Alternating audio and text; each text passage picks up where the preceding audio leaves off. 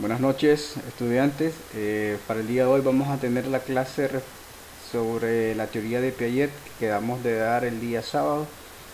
Eh, Esta clase va a ser como una guía para el examen que se va a realizar el día viernes a través de una prueba que se va a subir en línea. Les pido por favor de que no solamente tomen esta diapositiva como base para la prueba, sino que consulten el libro de Santrop referente a la teoría de Piaget. Entonces damos inicio a la clase de manera breve para no perder el tiempo y decimos que este señor abordaba eh, el desarrollo cognitivo del niño y hacía bastante énfasis referente a cómo el lenguaje incidía juntamente con el pensamiento para generar el desarrollo en el niño. Vamos a ver en la clase del sábado también cómo entraba la teoría de Vygotsky también en función. Piaget por un lado decía que era el desarrollo del niño a través del pensamiento y el lenguaje se daba de manera interna. Por otro lado, Vygotsky decía de que era necesario de que el niño pudiese interactuar con el entorno y con los niños dentro del aula de clase, y no solamente dentro del aula de clase, sino en su casa, para que esa estimulación generara el desarrollo cognitivo en el mismo. Entonces vamos a ver estas dos posturas que son bastante válidas en el ámbito educativo. Y entonces dice este señor Piaget que la influencia del desarrollo en cuanto al niño, el desarrollo cognitivo es mucho más que la suma de nuevos hechos e ideas en un almacén existente de información. Para Piaget, los procesos mentales cambian de forma radical, aunque lenta, desde el nacimiento hasta la madurez. Por constantemente que nos esforcemos por darle un sentido al mundo, el niño de los 0 a los 5 años nos damos cuenta de que tiene un desarrollo cognitivo bastante marcado. Y es más, la diferencia entre años de edad, entre niños de 3 y 4 años, entre niños de 4 y 5 años, vemos que por muy pequeño que sea el margen de meses o de años, las capacidades que ellos logran desarrollar a veces son eh, demasiado marcadas, muy evidentes. Las destrezas de un niño de 4 a las de un niño de 5, de un niño de 5 a de un niño de 6. Y entonces eso nos dice mucho sobre el desarrollo cognitivo que viene el niño desarrollando, tomando en cuenta que elementos como la estimulación temprana, elementos como el ambiente en el cual se desarrolle, si es privado de ciertos estímulos, pues nos vamos a dar cuenta de que el niño no va a desarrollar sus capacidades y sus habilidades de la manera adecuada. Entonces, este señor Piaget proponía 4 elementos a considerar referente a la teoría que él planteaba. Entonces, miramos que dentro de los factores del desarrollo cognitivo aparece que él hacía énfasis en la parte de la maduración biológica, que es lo que veníamos hablando, cambios biológicos que están genéticamente programados en los niños. Tenemos la parte de la actividad, que dice que es la creciente capacidad de actuar sobre el ambiente y aprender del ambiente. Las experiencias sociales, nuestro desarrollo cognitivo recibe la influencia de transmisión social, esto es del aprendizaje de los demás, que es lo que nosotros observamos en nuestros padres, en nuestros maestros, en los compañeros de clase, en el parque cuando se interactúa con otros niños y así sucesivamente. Y entonces tenemos la otra parte que es el equilibrio. Cuando la coordinación de un niño pequeño está razonablemente desarrollada, el niño descubrirá principios acerca del equilibrio experimentando. ¿Experimentando qué? ¿Qué es lo que yo puedo hacer en relación a lo que yo y mis capacidades me permiten hacerlo? Tenemos las tendencias básicas propuestas por este señor Piaget y decía que concluyó que todas las especies heredan dos tendencias básicas o funciones invariantes. La primera de esta tendencia es la organización. ¿Qué quiere decir la organización? Combinación, ordenamiento, recombinación y reordenamiento de las conductas y pensamientos en sistemas coherentes. O sea, qué es lo que el niño está recibiendo, la información que está procesando, lo que él está reajustando en base a lo que él está viendo, experimentando, jugando, haciendo. Entonces todo eso, a través de sus procesos cognitivos, comienza a darle forma a lo que es su entorno. Entonces, y la segunda tendencia propuesta por este señor es la adaptación. Después de eso, pasamos a qué es la organización, qué es la adaptación y qué son los esquemas. Entonces, por organización dice que consiste en agrupar comportamientos y pensamientos aislados en un sistema de nivel más complejo. ¿Cómo más complejo? A medida que el niño va desarrollando su pensamiento, a medida que el niño va desarrollando su abstracción de los elementos de su entorno, va configurando en su mente, va configurando en su razonamiento qué es lo que puede hacer, cómo lo puede hacer, qué es lo que puede alcanzar. El continuo perfeccionamiento de esta organización es parte inherente del desarrollo. ¿Qué sería la adaptación? Es la manera como tomamos la información que nos rodea y la ajustamos a nuestra forma de pensamiento. O sea, valga la redundancia, adaptamos la información del entorno a nuestras capacidades. Ojo aquí, muy importante en esto, en cuanto a la adaptación.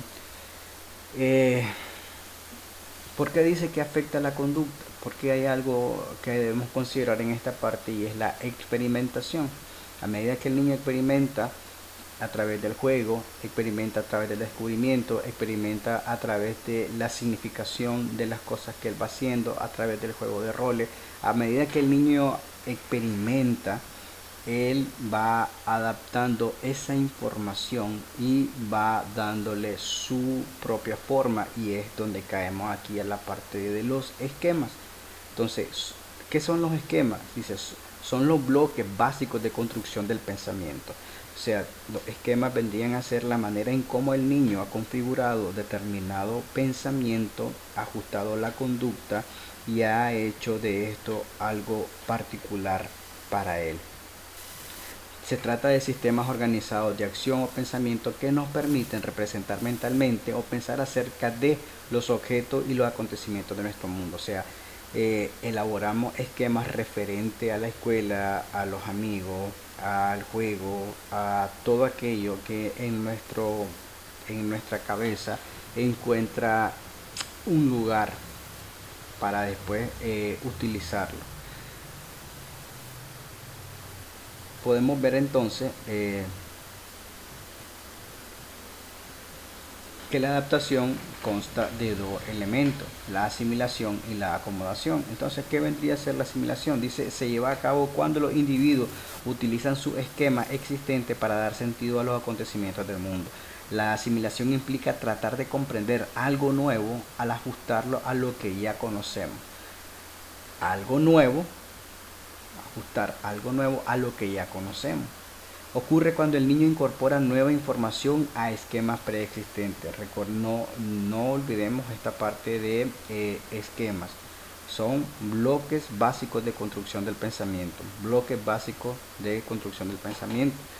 ¿Qué sería entonces la acomodación? Ocurre cuando una persona debe cambiar esquemas existentes para responder a una situación nueva. Si los datos no pueden ajustarse a ningún esquema existente, entonces debe crearse estructuras más adecuadas. Ajustamos nuestro pensamiento para acomodar la información nueva. O sea, estamos en una constante reacomodación de la información para ajustarla a nuestras necesidades y en base a eso emitir conductas o respuestas a las demandas del medio. La gente se adapta a su entorno cada vez más complejo mediante el uso de esquemas existentes, siempre que dichos esquemas funcionen a través de la asimilación y modificando y añadiendo elementos a sus esquemas cuando se necesite algo nuevo, que esto se da a través de la acomodación. Si ustedes se dan cuenta, bastante énfasis del señor Piaget en cuanto al desarrollo cognitivo del niño. Esto te dice de que constantemente el niño a través de la información, a través de la experimentación, de la interacción con el entorno, él constantemente va a tratar de darle un significado a aquello a lo cual él se está enfrentando. La asimilación y la acomodación siempre llevan al niño a un nivel más complejo. Para Piaget, la motivación para cambiar radica en la búsqueda interna del equilibrio. Si lo que está afuera ha encontrado lugar en el pensamiento o en la parte cognitiva del niño y viceversa. A medida que se ajustan esquemas antiguos y surgen otros, el niño organiza y reorganiza los esquemas viejos y nuevos. Finalmente, la nueva organización es fundamentalmente distinta a la organización anterior. Es una nueva forma de pensamiento. Ojo ahí cuando dice es una nueva forma de pensamiento, lo cual denota desarrollo cognitivo del niño.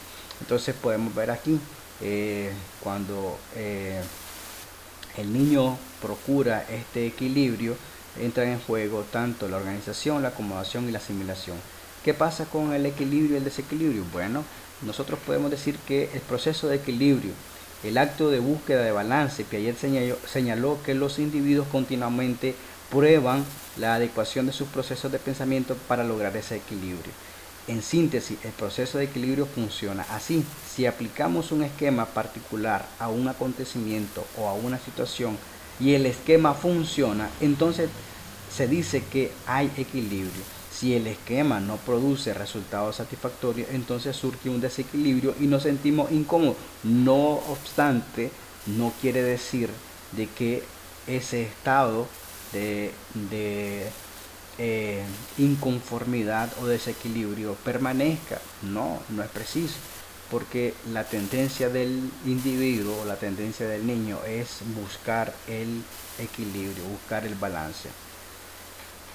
Caemos entonces a las etapas propuestas por el señor Piaget. En este caso yo siempre les propongo a ustedes, muchachas y muchachos, que vayan a la parte de la crítica en cuanto a la teoría y se van a dar cuenta de que una de las cosas que criticaban de la teoría de Piaget en cuanto a las etapas del desarrollo cognitivo es que era muy pero muy cerrada en cuanto a las edades, porque aquí nosotros podemos ver que la etapa sensorio-motriz va de los 0 a los 2 años, de la preoperacional de los 2 a los 7, de las operaciones concretas de los 7 a los 11 y de las operaciones formales de los 11 a la edad adulta. Cuando nosotros podemos observar ciertos comportamientos en niños de 0 a 2 años que actualmente están muy pero muy desarrollados. Entonces hay que ver de qué manera podemos ampliar el margen, tal vez no de edades sino de habilidades que los niños tienen en cuanto a los rangos de las edades propuestas por la etapa. Entonces en este caso dice este señor que de los 0 a los 2 años empieza a utilizar la imitación, la memoria y el pensamiento, empieza a reconocer que los objetos no dejan de existir cuando están ocultos, pasa del acto reflejo a las acciones dirigidas hacia meta. Entonces nos damos cuenta que son acciones más estructuradas, más elaboradas a partir de los 2 años en adelante. De los 0 meses a los 6 al año, te das cuenta que el niño comienza a desarrollar sus habilidades tanto en cuanto al uso de la motora fina como la motora gruesa. Entonces te das cuenta de que dependiendo del nivel de estimulación que él tenga, las habilidades se van a desarrollar o a ejecutar con mayor destreza en ese rango. No en todos los niños, como repito, eso va a depender de qué tan enriquecedor y estimulante sea el ambiente en el cual se desarrolle. No voy a leerles las características para que ustedes puedan hacerlo. ¿Qué podemos ver aquí de relevante en la etapa sensoriomotor? Dice que se desarrolla una inteligencia práctica. El niño solo dispone de sus percepciones y movimientos para responder al medio, entonces está limitado a sus interacciones directas de lo que le rodea a un espacio de tiempo inmediato. Vemos que de los 2 a los 7 años las características iniciales del pensamiento es irreversible, su pensamiento no regresa al punto de partida, va de ida pero no de vuelta, se centra en detalles superficiales, ve solo lo que más le llama la atención, es egocéntrico, es concreto, es intuitivo, el mundo es como le parece. O sea, en este caso piensan de manera lineal Como le digo, no es camisa de fuerza que tiene que ser así, porque vamos a encontrar niños que dependiendo de la experiencia y el aprendizaje que va teniendo, eh, tiene mayores destrezas o habilidades de pensamiento en relación a otros niños. ¿Qué otros cambios cognitivos ocurren en la etapa preoperacional? La etapa del pensamiento intuitivo es la segunda fase del pensamiento preoperacional, que se inicia a los 4 años y termina a los 7. En esta etapa los niños comienzan a utilizar un razonamiento primitivo y quieren saber la respuesta a todo tipo de preguntas. Tenemos entonces dos elementos a considerar, que son la centración y la conservación. En las etapas de las operaciones concretas, de los 7 a los 11 años, hace uso del pensamiento lógico para utilizar objetos concretos, entiende cambios y procesos más complejos. La conversación es menos egocéntrica y más social. Hay descentración y reversibilidad en cuanto al pensamiento. Progresivo dominio de tareas operacionales concretas. ¿A qué se refiere con seriación? La operación concreta que implica ordenar estímulos en una dimensión cuantitativa como longitud. Y la transitividad, que consiste en la capacidad de razonar y combinar lógicamente relaciones. Entonces ahí te vas dando cuenta de que a medida que el individuo desarrolla tanto biológicamente, lo va haciendo de manera cognitiva. Y en este aspecto quiero hacer énfasis en algo. No es lo mismo la edad cronológica del niño que la edad mental del niño. Porque cronológicamente podemos tener niños de 8 años, pero mentalmente con una inteligencia de niños de 6. O viceversa.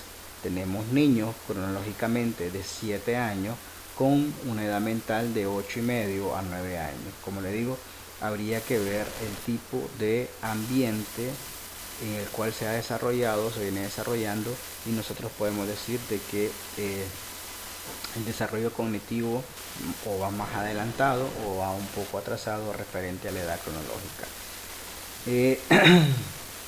Entonces nosotros podemos ver ahí, dice, junto con la naturaleza abstracta del pensamiento personal formal se encuentran las capacidades de idealizar e imaginar posibilidades. En esta etapa los adolescentes especulan largamente sobre las cualidades ideales que ellos que desean de ellos mismos y de los demás. Estos pensamientos idealistas pueden convertirse en fantasías. Muchos adolescentes se impacientan con sus ideales recién descubiertos y problemas de cómo materializarlos. En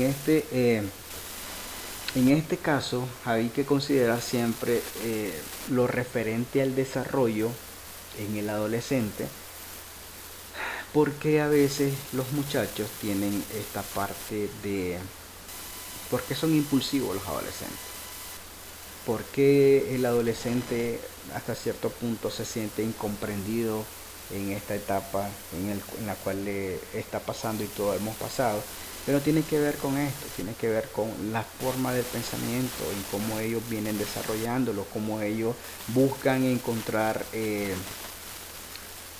con quién identificarse, por qué hacerlo, buscan cualidades y características que ellos puedan apropiarse. Por eso vemos tantos jóvenes queriéndose parecer a futbolistas, a cantantes, a estrellas de cine, porque ellos están tratando de encontrar en otros esa parte de su identidad. Y si retomamos la parte de los esquemas, están tratando de moldear sus esquemas según las demandas que ellos tienen.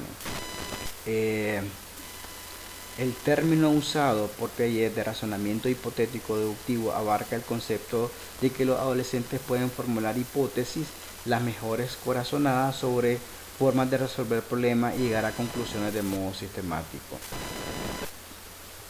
El egocentrismo adolescente es una aguda conciencia de sí mismo que los adolescentes manifiestan en la idea de que los demás están tan interesados en ellos como ellos están interesados en sí mismos. El egocentrismo adolescente también incluye el sentido de ser único en su tipo, incluye el deseo de ser notado, visible y estar en el primer plano. Bueno, no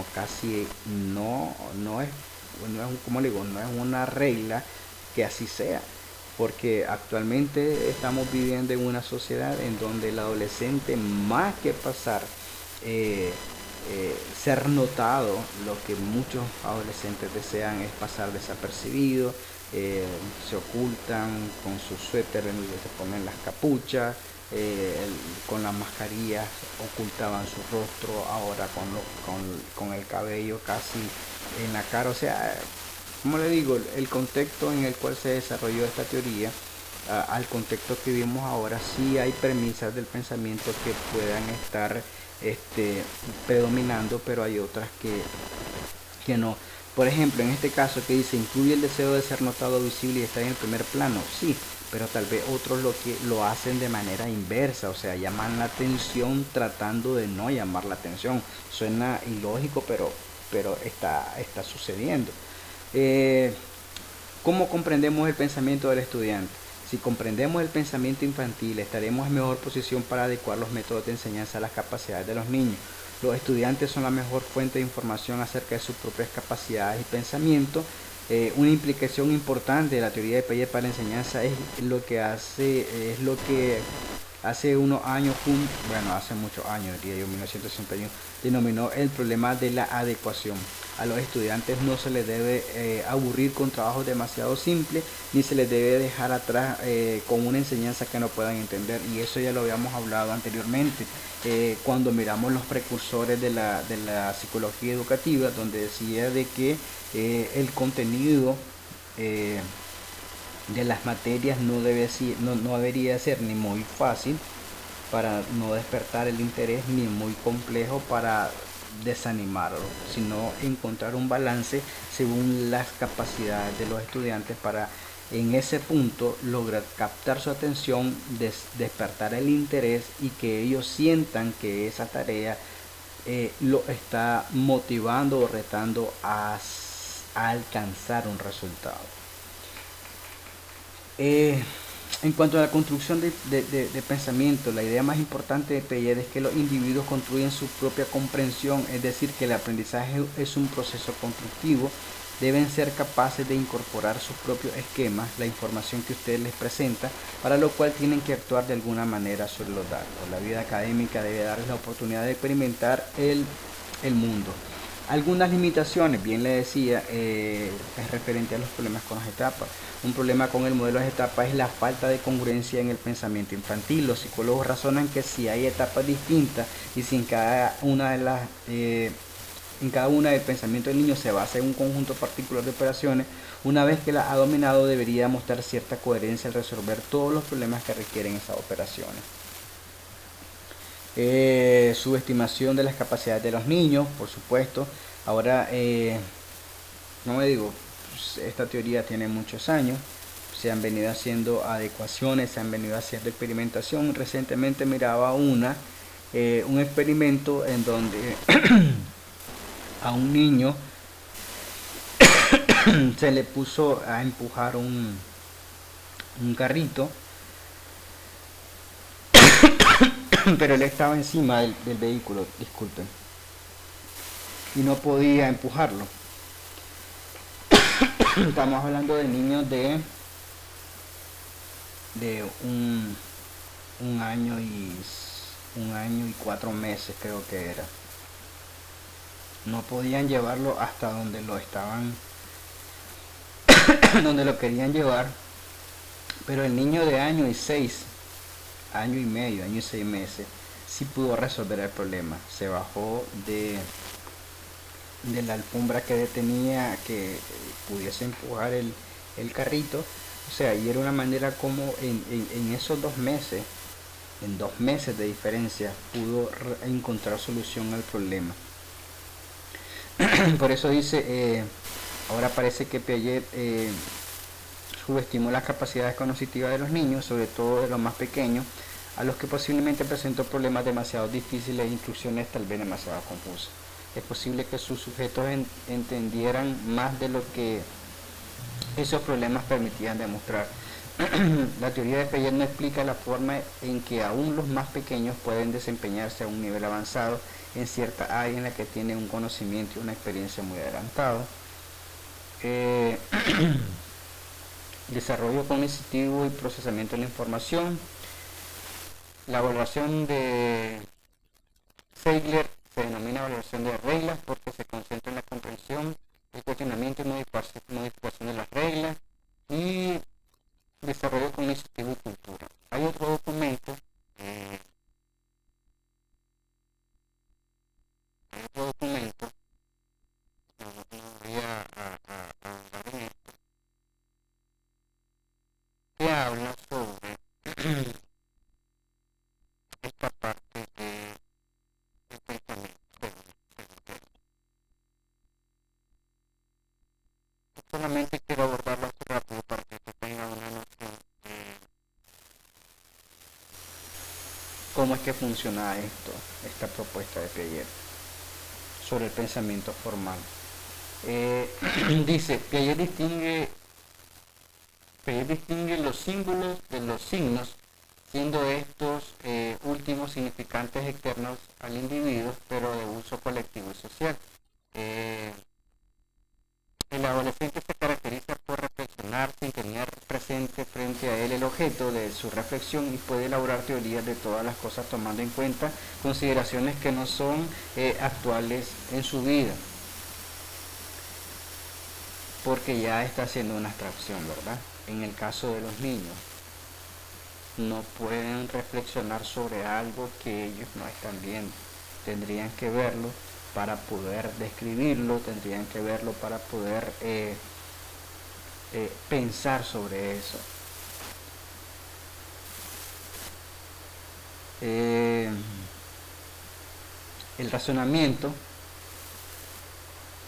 se refiere a las realidades por medio de acciones interiorizadas que pueden componerse y ser reversibles en el caso de las operaciones concretas, que es lo que estábamos viendo en cuanto a las etapas. Aquí había otra cosa, dice Piaget demuestra que un niño de 7 años es capaz de resolver un problema expresado en operaciones concretas, pero es incapaz de hacerlo si se le presenta en términos formales o proposicionales.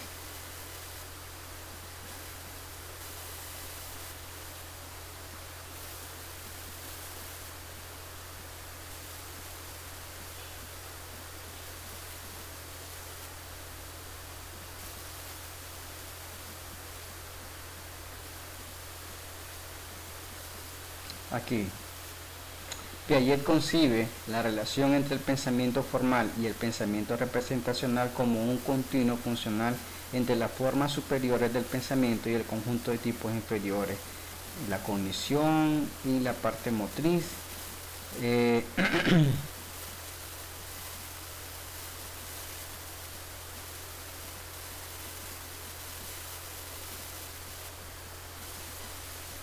Y eso sería entonces, muchachos.